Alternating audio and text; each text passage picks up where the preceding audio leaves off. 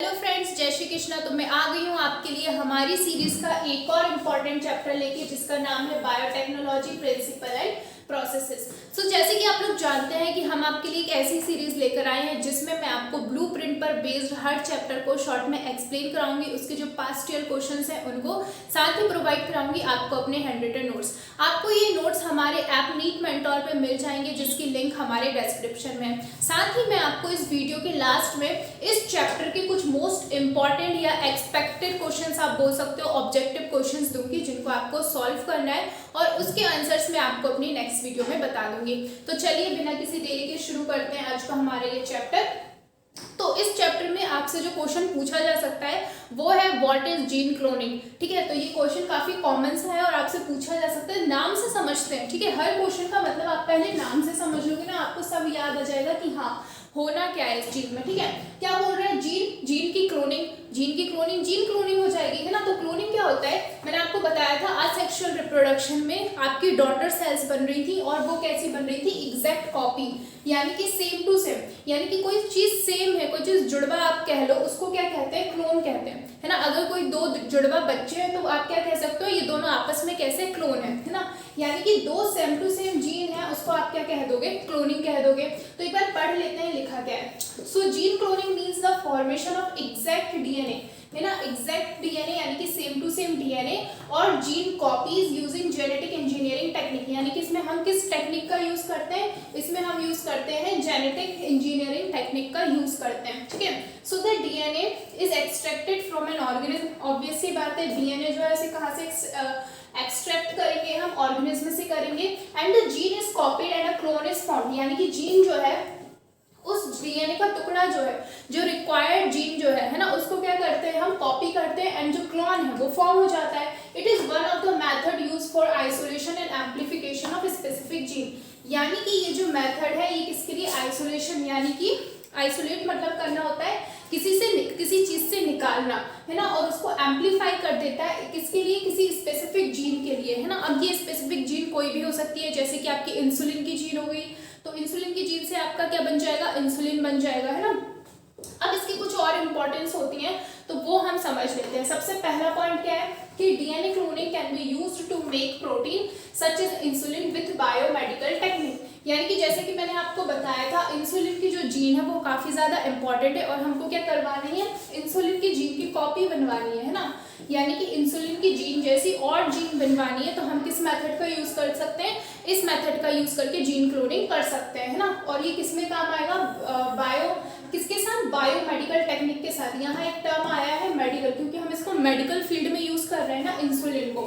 So second point क्या हो जाएगा आपका, it is used to develop recombinant version of the non functional gene to understand the functioning of a normal gene, है ना, यानी कि किस लिए इसको यूज कर सकते हैं कि आपकी कोई जीन है ना, आपके पास कोई जीन है मान लीजिए, और आपको पता नहीं है कि इस जीन का फंक्शन क्या है ना। अगर आपको जानना है कि इस जीन का क्या फंक्शन है तो आप क्या करवा सकते हो, इसकी क्लोनिंग करवा सकते हो, इसकी इस जैसी और कॉपीज बनवा सकते हो जिससे आपको इसका फंक्शन अच्छे से समझ में आ जाए, है ना। So this is applied in gene therapies also, और इसका किसके लिए यूज करते हैं, जीन थेरेपी के लिए भी यूज करते हैं। सो थर्ड पॉइंट जो है वो बोल रहा है कि it helps to analyse the effect of mutation on a particular gene, यानी कि अगर किसी जीन में म्यूटेशन हो गया, म्यूटेशन क्या है, मैंने आपको बताया था, आपको पढ़ाया था पॉइंट म्यूटेशन के बारे में, यानी कि किसी डीएनए के अंदर या फिर कोई जीन के अंदर कोई चेंजमेंट आ जाना, है ना, उसके बेस पेयर्स जो है वो बदल जाना। पॉइंट म्यूटेशन में क्या हो रहा था, आपका एक बेस पेयर चेंज हो रहा था, या फिर ऐसे ही अगर इसमें कोई चेंजमेंट आ जाता है तो उसको हम क्या कहेंगे, उसको हम कहेंगे म्यूटेशन हो गया। अब हमको जानना है कि ये कौन सा पर्टिकुलर जीन में कैसा म्यूटेशन हुआ है, तो उसके लिए हम क्या करेंगे, देखो एक जीन से जानना थोड़ा मुश्किल हो जाएगा, तो हम क्या करेंगे, उसके क्लोन बनवाएंगे, उसकी कॉपी बनवाएंगे, उसके बाद हम क्या कर सकते हैं, उसको एनालाइज कर सकते हैं, उसको समझ सकते हैं। नाउ नेक्स्ट अपना जो क्वेश्चन है वो है व्हाट आर प्लाज्मिड्स या व्हाट इज प्लाज्मिड, है ना। तो मैंने आपको इससे पहले जो चैप्टर पढ़ाया था उसमें मैंने बताया था, जब हमने एक बैक्टीरिया लिया था, है ना, बैक्टीरिया के अंदर क्या था, प्लाज्मिड था, आप लोगों को याद होगा। और इस प्लाज्मिड के अंदर हमने क्या फिट करा दी थी, हमारी जो रिक्वायर्ड जीन है, जो हमको जो जीन चाहिए थी, यानी कि इंसुलिन की जो जीन थी वो इस प्लाज्मिड के अंदर फिट कर दी थी, है ना, ये था। तो अब पढ़ लेते हैं कि इसमें क्या लिखा है। तो प्लाज्मिड है क्या? बेसिकली प्लाज्मिड आपका एक डीएनए ही है। बैक्टीरिया के अंदर आपका एक एक्स्ट्रा क्रोमोसोमल डीएनए होता है, जिसे क्या कहते हैं हम? प्लाज्मिड कहते हैं। और ये कैसा होता है? सर्कुलर होता है ना। तो देखो पढ़ लेते हैं लिखा क्या है। A plasmid is a small often circular DNA molecule, है ना। ये एक स्मॉल और कैसा सर्कुलर डीएनए मॉलिक्यूल है, फाउंड इन बैक्टीरिया। किसमें पाया जाता है? बैक्टीरिया और अदर सेल्स में भी ये मिल सकता है ना। So plasmid are separated from the bacterial chromosome and replicate independently of it, यानी कि इसको सेपरेट किया जा सकता है और ये खुद से जो है प्लाज्मिड जो है क्या कर सकता है? रेप्लिकेट करके इसकी जैसी और कॉपीज जो है वो बना सकता है, ठीक है।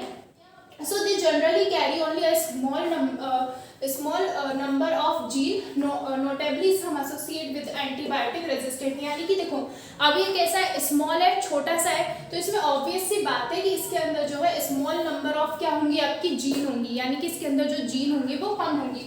जैसे अगर आपका एक बड़ा सा डीएनए है, ठीक है, तो बड़ा सा डीएनए, तो जितना बड़ा डीएनए होगा उसके अंदर उतनी ज्यादा आपकी क्या होगी? जीन होंगी। हो सकता है आपकी एक जीन हो जाए, ये जीन हो जाए। लेकिन अगर आपका जो है आपका डीएनए जो है वो कैसा है? स्मॉल है, तो उसके अंदर जो जीन है वो भी कैसी होंगी? कम होंगी, कम नंबर में होंगी।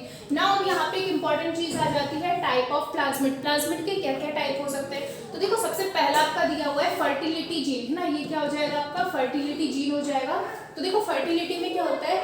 ये कैपेबल होते हैं कंजुगेशन करने में। तो आपको एक देखो, जैसे एक बैक्टीरिया है, ठीक है, ये एक बैक्टीरिया है, अब इसके अंदर क्या है? आपका ये प्लाज्मिड है, ठीक है। तो आप क्या करोगे कि एक और इसी के जैसे बैक्टीरिया जो होगा, इसी के जैसे एक बैक्टीरिया होगा और इसमें क्या हो जाएगा? आपका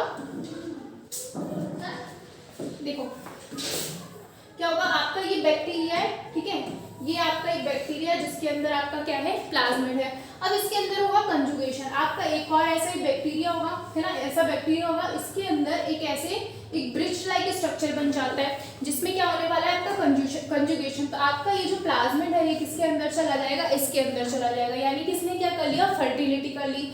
सो they are capable of conjugation, यानी कि किसमें काम आते हैं? कंजुगेशन कर सकते हैं, उसमें कैपेबल होते हैं ना। आपके जो रेजिस्टेंट प्लाज्मिड होते हैं, रेजिस्टेंट का मतलब क्या होता है? रेजिस्टेंस का मतलब ही होता है रुखावट, ठीक है। So they provide resistance against antibiotic और पॉइजन, यानी कि किसके प्रति रुखावट जो है वो देते हैं? ये देते हैं अगेंस्ट एंटीबायोटिक और पॉइजन, यानी कि जो एंटीबायोटिक या फिर कोई आपका पॉइजन है उसके प्रति क्या देते हैं? ये रेजिस्टेंट देते हैं ना। जो थर्ड पॉइंट है ये आपका बोल रहा है कोल प्लाज्मिड, ठीक है। तो कुछ चीजें तो ऐसी हैं जिसका आपको मतलब नाम से ही समझ आएगा। फर्टिलिटी से आप कंजुगेशन याद रख सकते हो, रेजिस्टेंट से आप रुकावट याद कर सकते हो कि हाँ पॉइजन्स के लिए एज अ रेजिस्टेंट वर्क कर रहा है। एंड कोल्ड प्लाज्मिड जो है इसका क्या मतलब हो जाएगा? Contain protein that can kill other bacteria, यानी कि कोल्ड प्लाज्मिड क्या करता है? इसके अंदर आपका एक प्रोटीन होता है जो आपके दूसरे बैक्टीरिया को किल कर सकता है ना। फोर्थ पॉइंट जो है वो बोल रहा है डिग्रेडेटिव प्लाज्मिड, यानी कि डिग्रीगेट करना या डिग्रेडेशन करना या डाइजेशन करना, ये सारे टर्म्स आपकी एक ही हो जाएंगी। तो ये किसमें इनेबल होता है? ये होता है डाइजेशन करना किसी अनयूजुअल सब्सटेंस का, यानी कि अगर आपको कोई ऐसा अनयूजुअल सब्सटेंस है जिसकी आपको जरूरत नहीं है तो ये उसका क्या कर देगा? डिग्रेडेशन करवा देगा।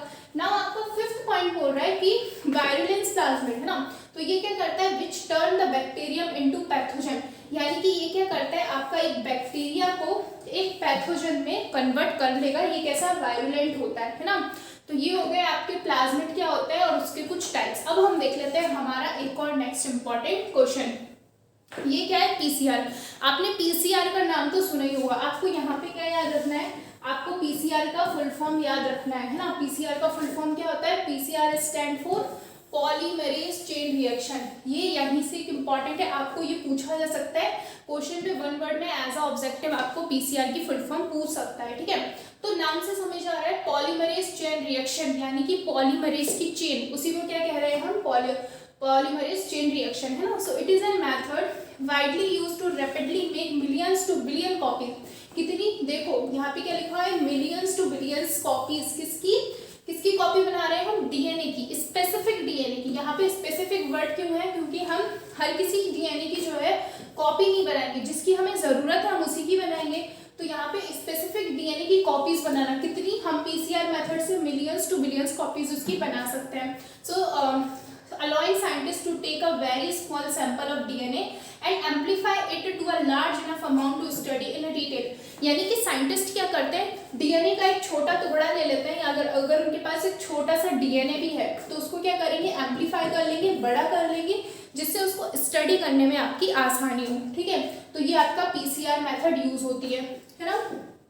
नेक्स्ट कुछ इंपॉर्टेंट क्वेश्चन है इस चैप्टर से रिलेटेड जिनको आपको सॉल्व करना है और इसके आंसर्स जो है आपको कमेंट सेक्शन में लिखने हैं। तो क्वेश्चन नंबर 1 क्या बोल रहा है, ये कहता है कि what is opted from bacterium thermos aquaticus, यानी कि एक बैक्टीरिया है थर्मस एक्वाटिकस। थर्मस वर्ड से आपको क्या समझ आ रहा है, थर्मस मतलब समझ लो कि टेम्परेचर, जहाँ का टेम्परेचर ज़्यादा हो तो ये एक ऐसा बैक्टीरिया जो बहुत ज़्यादा वाले टेम्परेचर पे रहता है ना। तो अब बोल रहा है कि बैक्टीरियम से क्या ऑब्टेन्ड होता है, क्या वो टीआई प्लाज्मिड है या टैग पॉलीमरेज या टीडीएनए या फिर हमें इससे सब कुछ मिल सकता है। तो इसका आंसर आपको बताना है ना। सेकंड क्वेश्चन में बोल रहा है कि restriction endonuclease are found in, यानी कि रेस्ट्रिक्शन एंडोन्यूक्लियस कहाँ पाए जाते हैं। तो सबसे पहले रेस्ट्रिक्शन एंडोन्यूक्लियस का मतलब समझ लेते हैं। ये क्या होता है, आपका कोई डीएनए है ना, मैंने बताया था आपको कल वाली वीडियो में कि रेस्ट्रिक्शन एंडोन्यूक्लियस क्या करते हैं, डीएनए को करते हैं कट, डीएनए या प्लाज्मिड को कट करते हैं। कहाँ से कट करते हैं, किसी स्पेसिफिक जगह से जहाँ से हमें रिक्वायर्ड है। जैसे डीएनए है तो डीएनए आपका काफ़ी बड़ा है लेकिन उसके अंदर आपकी एक जीन है, कई की जीन है, इंसुलिन की जीन। अब अगर हम चाहते हैं कि हमको सिर्फ और सिर्फ इंसुलिन की जीन मिले तो हम किसका यूज़ करेंगे, रेस्ट्रिक्शन एंडोन्यूक्लियस का यूज़ करेंगे जो इसको सिर्फ एक स्पेसिफिक जगह से कट करेगा। ठीक है, तो अब यही पूछ रहा है कि हमें किससे मिलता है। ठीक है, सेल ऑफ मैमल से, बैक्टीरियोफेज से, बैक्टीरिया से या फिर प्लांट सेल से ना। क्वेश्चन नंबर 3 बोल रहा है कि first recombinant DNA was made by, यानी कि पहला रिकॉम्बिनेंट डीएनए किसके द्वारा बनाया गया था। रिकॉम्बिनेंट डीएनए क्या था, आपका एक प्लाज्मिड है, इसके अंदर हमने अपनी जो रिक्वायर्ड जीन है इसको फिट कर दिया है, तो इसी को हम क्या कह रहे थे, रिकॉम्बिनेंट डीएनए। तो इसमें यही पूछा है कि किसके द्वारा बनाया गया था ना। फोर्थ क्वेश्चन है, इसमें पूछ रहा है enzyme remove nucleotide from the end of a DNA. इसको आप कॉमन सेंस से भी कर सकते हो, कहाँ पे कट करना है, एंड ऑफ द डीएनए, यानी कि डीएनए के आखिरी से कट करना है तो उस एंजाइम को हम क्या कहेंगे। ठीक है, नाउ फिफ्थ क्वेश्चन में बोल रहा है कि bacterium that is found in a soil act as a skilful genetic engineering, यानी कि एक बैक्टीरिया है जो कहाँ पे मिलता है, आपका सॉइल में मिलता है और वो किस में काम आता है, स्किलफुल जेनेटिक इंजीनियरिंग में काम आता है। बहुत ही फेमस आपका बैक्टीरिया है, इस पे आप स्टार मार्क लगा लो, ये आपसे पूछा जा सकता है और आपको उस बैक्टीरिया का नाम याद रखना ही है। ठीक है, तो इस हिसाब से ये हो गए आपके कुछ इंपॉर्टेंट ऑब्जेक्टिव क्वेश्चंस। और इससे पहले वाले जो चैप्टर के ऑब्जेक्टिव्स थे वो वीडियो के लास्ट में आपको मिल जाएंगे। तो ठीक है, आप लोग देखते रहिए और साथ में स्टडी करते चाहिए क्योंकि अभी बहुत ही कम टाइम बचा है। तो मिलते हैं हमारी नेक्स्ट वीडियो में। Thank you.